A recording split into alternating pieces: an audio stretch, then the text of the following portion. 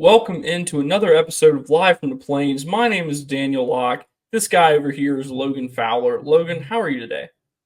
Doing well, man. A little bit dreary outside, but I'm not gonna let that kill my mood. No, I was supposed to play golf today, like I did yesterday, like I hopefully will tomorrow. If you don't know, I'm a man who loves his golf, but unfortunately, it was not meant to be today. I still did try to go hit some range balls though, but I hit about 6 or 7. Then I looked down and realized that I was wearing a white hat, a light blue quarter zip, and some gray Lululemon shorts. And needless to say, I'm doing some laundry tonight Mhm. because I was just covered in mud after just hitting 6, and then I came back here, changed because couldn't be looking all muddy when I went back to class because that would just be very nasty, and I wouldn't want to sit by somebody covered in mud if I didn't have to. So I went home, did that, and it was just a little bit disappointing because I really wanted to play my golf, and Logan and I are huge mental health proponents. So we're very big on doing things that put you in a positive space mentally. Golf is that for me, but I was deprived of that today. But it's all right. Hopefully tomorrow. So now we're going to get into our Week 3 SEC pick'em. I've still got a one-game lead over Logan. I'm sitting at 25-6. Logan's at 24-7, and I'm just that much better. You're just that much better. But I think we'll have a little bit of shakeup here this week. I think so. Um, we'll see if you can get back into it, which hopefully you can, because that would be more interesting than me just running away with this thing. I'm still in it. Let's not get confused now. Yeah. Anyway, to kick off the SEC slate at 11 a.m. on Fox on Big Noon kickoff, the number 4 Alabama Crimson Tide travel up to Madison, Wisconsin to take on the Wisconsin Badgers at Camp Randall Stadium. This is one that's tough to pick, Logan. A lot of people want to go with Wisconsin just because it's obviously an environment that Alabama doesn't play in every day. And anytime you go on the road, particularly if it's a long trip, there is something to overcome there. However, I just don't really think I trust Tyler Van Dyke. Yeah, I mean this could be a scary one for Alabama. 11 a.m. kickoff, or I guess 12 Eastern, whatever. 11 a.m. kickoff. Gotta, like you said, gotta make the travel over there. Wisconsin's not a bad football team, so it'll be like the first true test here for the Kalen DeBoer era. But ultimately, Alabama's just got too much talent, um, so they're gonna run away with this one, I believe. You kind of look at that game they played last week with USF, very close into that fourth quarter, but I mean, the score doesn't really show how close that game was throughout the entirety of the game, but they ultimately came out and they found a way to dominate in the end, and they're gonna ride that momentum all the way into this game as well. Yeah, I agree that I think Alabama's going to get it done. However, I don't think they're going to run away with it. I think it's going to look similar to last week. Alabama fans would certainly hope it's cleaner, but I think it's going to be a close game, at least at halftime and in the third quarter. I think towards the end of the third quarter or beginning of the fourth quarter, I do think Alabama will pull away. But I Alabama's a 16-point favorite, I think. I don't think they cover that. It could be close. I could see it going either way.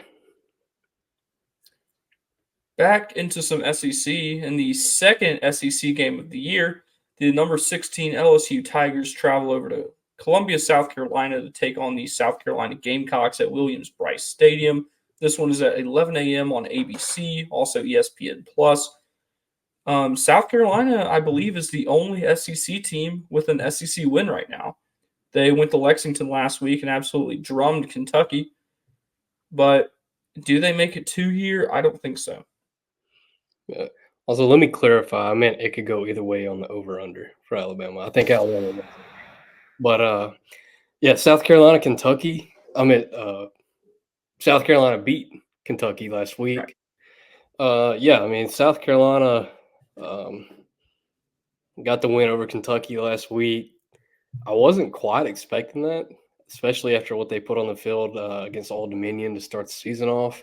No, we both picked Kentucky Yeah, but this is a tricky one too. Obviously, if you look at both teams on paper, I think LSU's got more talent. for Uh, sure. what time does this game kick off? 11. 11. So I mean, I wouldn't expect it to be, um, an insanely tough environment for LSU to go in and play in. I don't think that's really a raucous environment, anyways. Oh, they would disagree. I know, but I've been there, and in my experience, it wasn't anything crazy. But I think that 11 a.m. kick actually plays off in LSU's favor. Um, I think they're the more talented team, and it would be shocking if Brian Kelly started this season off with 1-2. Um, Agreed. so I think that LSU is going to go in there and probably get that win over South Carolina. So moving on, the number 24 Boston College Eagles, as you may know, the childhood team of Daniel Locke, takes on the number 6 Missouri Tigers. I've been told I say that weird. That's at 11:45 in Columbia, Missouri, at Memorial Stadium on the SEC Network.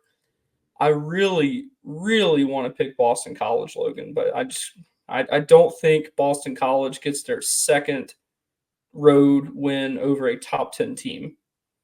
No, not this one. Home game for Missouri. Like I said, that connection between Brady Cook and Luther Burden, it's just too much. Missouri's going to handle this one. But there's a side note here that kind of needs to be discussed. Even though this is an Auburn athletics focused podcast, we, to a lesser extent, cover college sports as a whole. If Boston College can somehow travel down to Columbia and then travel back to the greatest city on earth with a win, are they a contender in the ACC? Because I definitely think so. Absolutely. I mean, I think so far throughout what we've seen with the ACC is that there's not a true number one right now.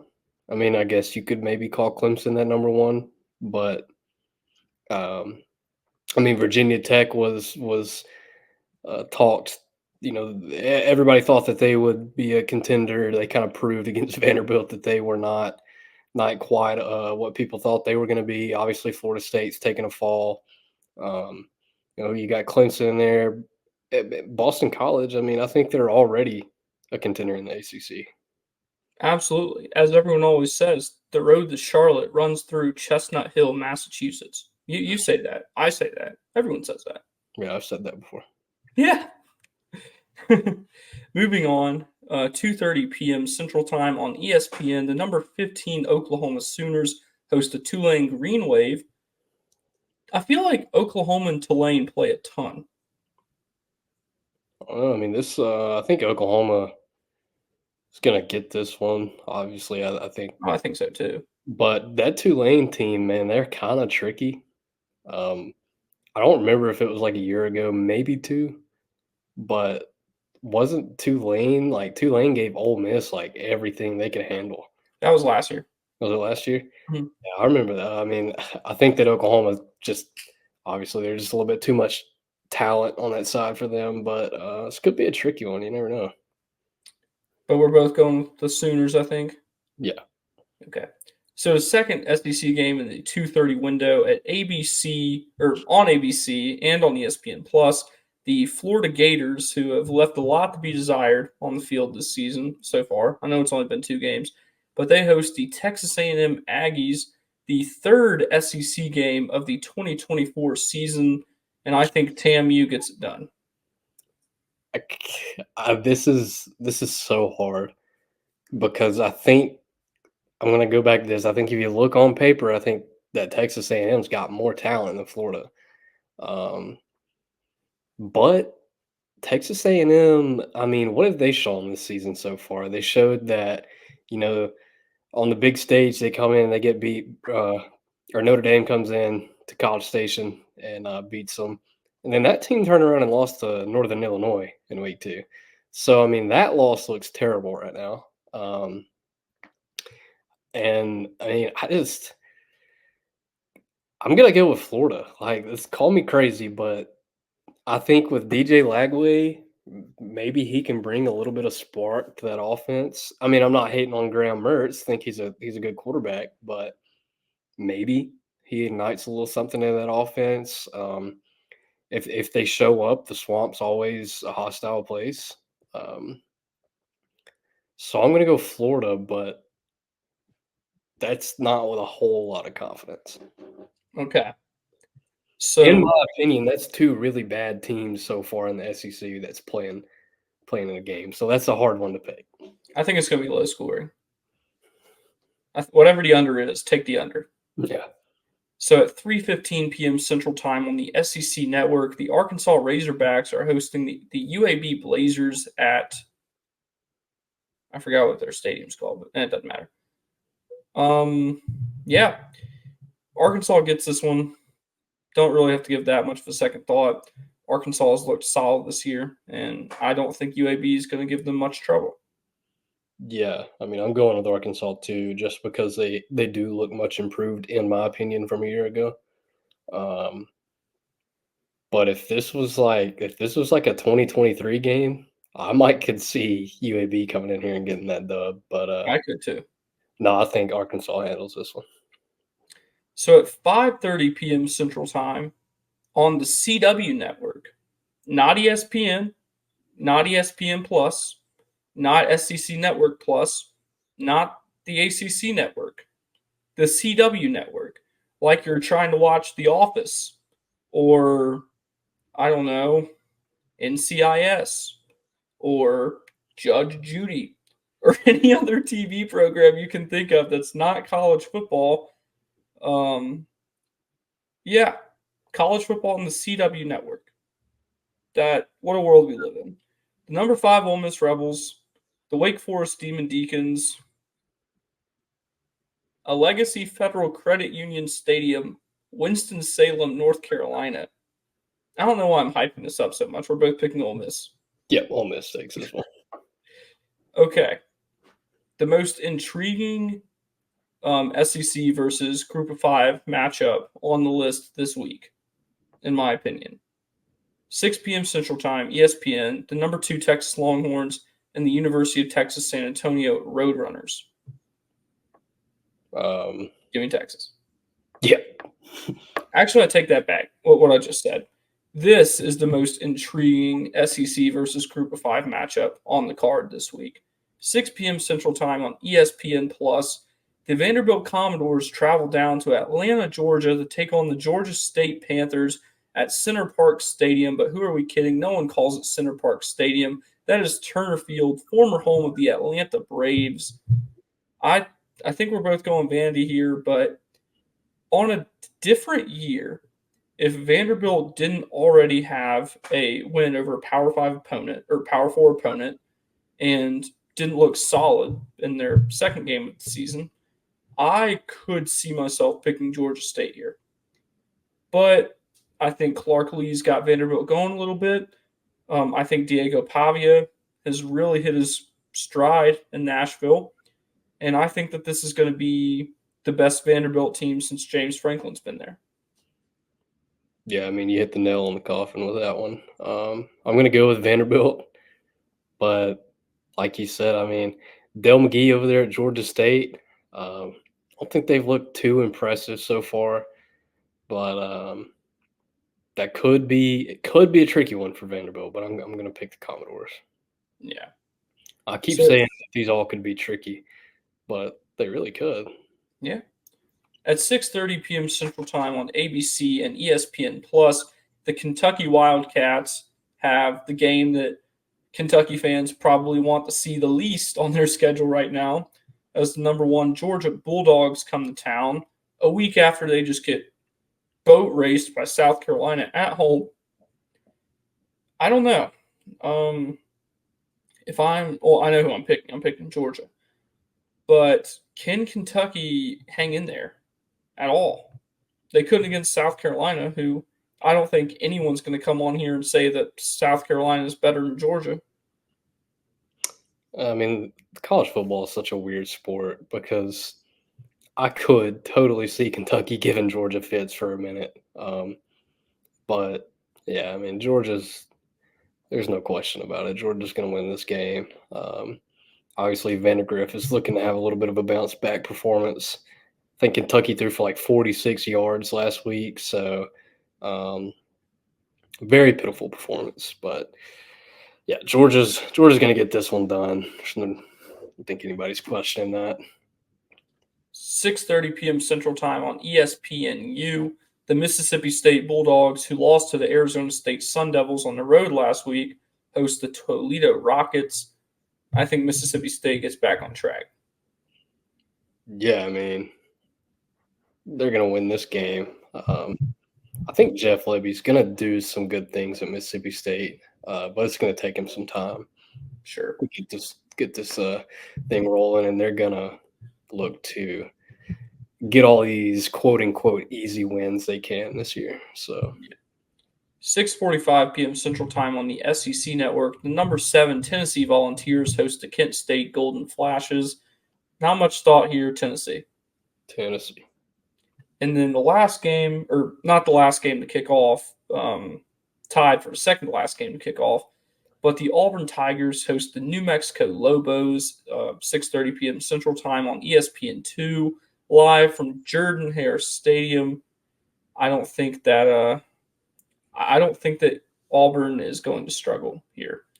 I think that this team's going to have a chip on their shoulder, and they got embarrassed last week, and they will do anything they can to show that the year's not over and that they can potentially, win a good amount of games this year. Now, I feel like the overreaction by some people, if Auburn comes out and just balls out and wins the game 70-0, there's going to be some people who way overreact on the good end of what their expectations for Auburn are. It's like, oh, last week was just a fluke. Auburn's back. Auburn's going to the Natty. And then on the same card, if Auburn wins the game but doesn't necessarily do it in convincing enough fashion for some people, there are going to be people calling for Hugh Freeze's job and ready to run Peyton Thorne out of town. So either way, there will be something to talk about.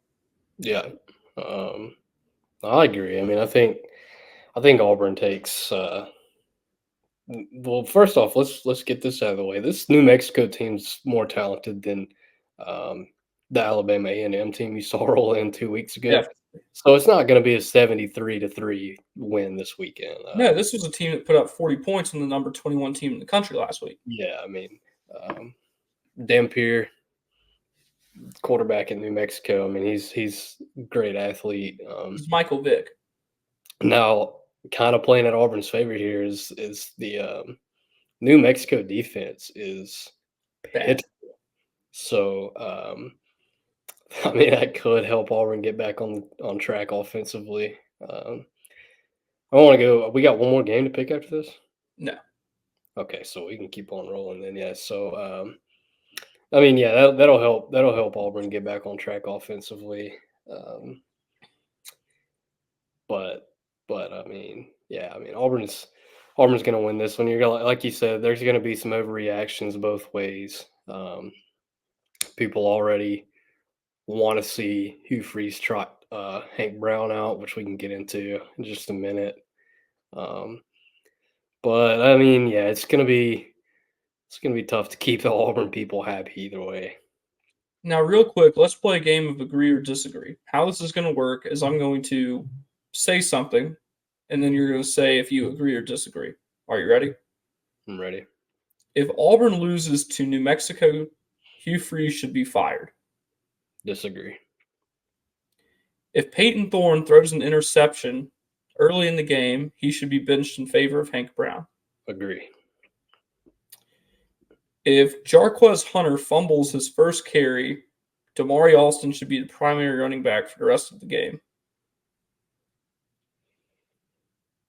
I'm gonna say agree, but I'll just say agree. If Auburn struggles to run the football on the first drive, they should just not go back to it for the rest of the game. Struggles to run the football, I disagree, because what you saw last week was a team who was effectively running the ball. I mean, like I said, it sucked that they were starting their possessions inside their own 2-yard line, but they were running the ball effectively, and they just kind of, I mean, penalties and turnovers. Yeah, I get it. They couldn't get into a groove, but I'm just not sure why they stopped. Um, but they should never abandon the run. So disagree. If Peyton Thorne has multiple wide open receivers, yet still consistently cannot find them for whatever reason, he should be benched in favor of Hank Brown. Yep, agree. Hank Brown should I start think the you game on find a Saturday. single person that disagrees with that statement. Hank Brown should start the game on Saturday. I disagree. I think that I mean it should. I don't know, but Peyton Thorne's going to start the game, and Hank Brown's going to get some playing time in there. I mean, we've heard from Freeze all week, Monday and then Wednesday on the teleconference, that Hank Brown's got his fair share of reps. The meeting that he had with both quarterbacks went very well. Both knew what to do on all 15 plays he showed them on the cut up reel. Uh, All 15. yeah, so but that's the thing is I didn't know how to take that. Is that more of a positive for Hank, or I mean, a negative for Peyton? I'm not sure. Which I guess both of those mean the same thing, but yeah, I mean, it's just the quarterback controversy at Auburn is just crazy right now. The reason I was laughing so hard is when I said all 15, that just reminded me. When I was young, I was a huge professional wrestling fan. And there was this wrestler, well, he still wrestles, but his name is Daniel Bryan, which his real life name is Brian Danielson, which I always thought was funny. But anyway, so the story is this guy really wanted a chance at the WWE Championship, but they wouldn't give it to him. So one night on Monday Night Raw, he got a bunch of fans in the ring, and like they couldn't have the show, and so they agreed to give him the WWE Championship match. And then the CEO sent the security guards down there to like kick the people out, but there were only two of them. So Daniel Bryan gets on the mic and goes, "Here they come, all two of them." And that's what that reminded me of. But yeah, that's a All right. 15 plays when you're an SEC team going up against a group of five opponent. Well, okay, I'm not going to actually criticize that because, you don't want to show a lot if you don't have to. So I get that. But if they're only rolling with 15 plays against Arkansas, like my Little League team had 15 plays. Well, I mean, I think that those 15 plays were probably more just 15 from all like 40 something snaps that just went horribly wrong. So that um, that's I think that's where that came from. But also, I mean, kind of what you just said there. Hugh Freeze made a point last week or this week in his presser that he kind of thought him and his offensive staff brought in too much against Cal. They were carrying too much on their shoulders within that offensive game plan, and he thinks that kind of hindered them a little bit against Cal. So I think you could come, expect this offense not to say it'll be more vanilla, but maybe a simplified package of what they ran a week ago to kind of help get Freeze in a rhythm calling plays, get the quarterback, whoever that may be, in a rhythm offensively, and just kind of get everybody on the same page a little bit. I would agree. I mean, that was fun. I enjoyed grilling you because I was out of the hot seat. I could just ask you stuff. Hmm. Well, that's some pretty good stuff. You- I you- think Auburn gets it done this week. I yeah, really do. Yeah, I mean, also you've got to look at, like Freeze mentioned this week, the offensive line's going to have a little bit of shuffling this week. Too Tall Miller went down with a hip injury. Um, Roland Chambers went in there and took the bulk of those snaps against Cal. Um, wouldn't expect him to start.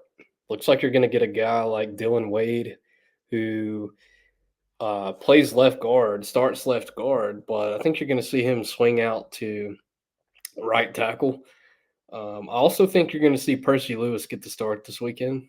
Um, in the media viewing window at practice this week, kind of looked like Percy was ahead of Tyler yet again. Freeze said that he played his best game against Cal. Saw some good stuff from him and said that Tyler looked like a freshman at sometimes. So I think you're going to see some swapping in and out, but I think you're going to see Percy Lewis over there at left tackle to start the game off with Dylan Wade on the right side. Um, be interesting to see who takes over that left guard spot. I think it's going to be Tate Johnson. Maybe could see Braden Joyner in there. Um, another guy who has just completely disappeared, and I may have missed an offseason injury here, but Jaden Muskrat, did he? Where's he at? I don't know. I would have fully expected Jaden Muskrat to take over that left guard spot in this scenario, but there was no mention of him from Freeze. I need to look at that Saturday and see where he is and look at him um, in practice too. Yeah, I'm not sure. That's a name that I haven't seen. I mean, a name I haven't heard and a guy I haven't seen. So I honestly don't know. Yeah. Um, and I mean, obviously, also moving over to the other side of the ball, Auburn hadn't faced a true dual threat like they will this Saturday with Devin Dampier. Had like 130 yards on the ground last week against Arizona. Um, so the guy can definitely run it. He's definitely a threat with his legs, and I think that'll be interesting to see kind of the looks that DJ Durkin throws out there, kind of contain him and keep him, from getting loose. And then I think you want to see some improvement from your defensive backs. Kind of want to see them build off of that second half performance that they had against Cal last week. You saw Keontae Scott's obviously dealing with a nagging, it was a hamstring injury. So you saw Antonio Kite get a lot of reps out there outside last week in his place. But you need Keontae Scott out there. Obviously, you might not need him against New Mexico. Um, but after your 1 and 2 guys, man, that depth. Not only is it just super inexperienced, but it's young. Um, obviously, this is all just kind of saying the same thing, but haven't had a whole lot of snaps in college football. But they're very athletic guys.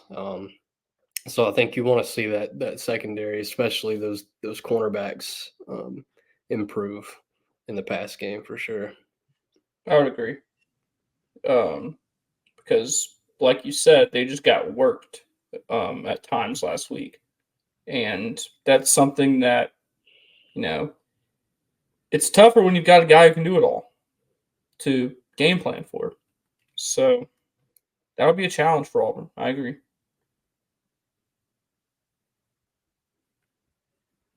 But let's get into some score predictions here. So I talked to Sean Ryder, who is the New Mexico beat writer for the Albuquerque Journal, and he thinks that Auburn picks up the dub 56-28. I like that prediction. I think Auburn puts up 52, and I think they give up 24. So I'm going 52-24. All right. I'm still kind of high in quotations on this Auburn defense. Obviously, they haven't had. I mean, they gave up 21 points last week, so I guess you can complain about the defense, but you shouldn't, because I mean they've performed well throughout those first 2 games. So I don't see 24 points being put up on the scoreboard from New Mexico. I also don't see Auburn getting into the 50s. Well, let me take that back because this, like I said, this New Mexico defense is they're pretty poor, or they've showed they have been. So I mean, I, I'm gonna go with 45-17. Okay, I can see that. Well, I think that's about going to wrap us up here today. You can follow me on Twitter at Daniel J. Locke. You can let's see, what's the other thing? Check out my written work for Auburn Tigers on SI. Then Logan, why don't you let everyone know where they can find you, love you, and support you? Yep. Follow me on X at Logan F Fowler. Got my written work coming out with 1819 News and for the Auburn Plainsman. Well, there you have it. Very good stuff. Good job on the grilling session that you went through at the hands of me. And hopefully you can catch up in the SEC pick'ems, but I don't see that happening. It'll happen. Just give it time. Well, in the meantime, thank you everyone so much for listening. Please like, subscribe, all of that good stuff. Please share with a friend. And we really hope you enjoy listening, and we look forward to speaking with you again soon.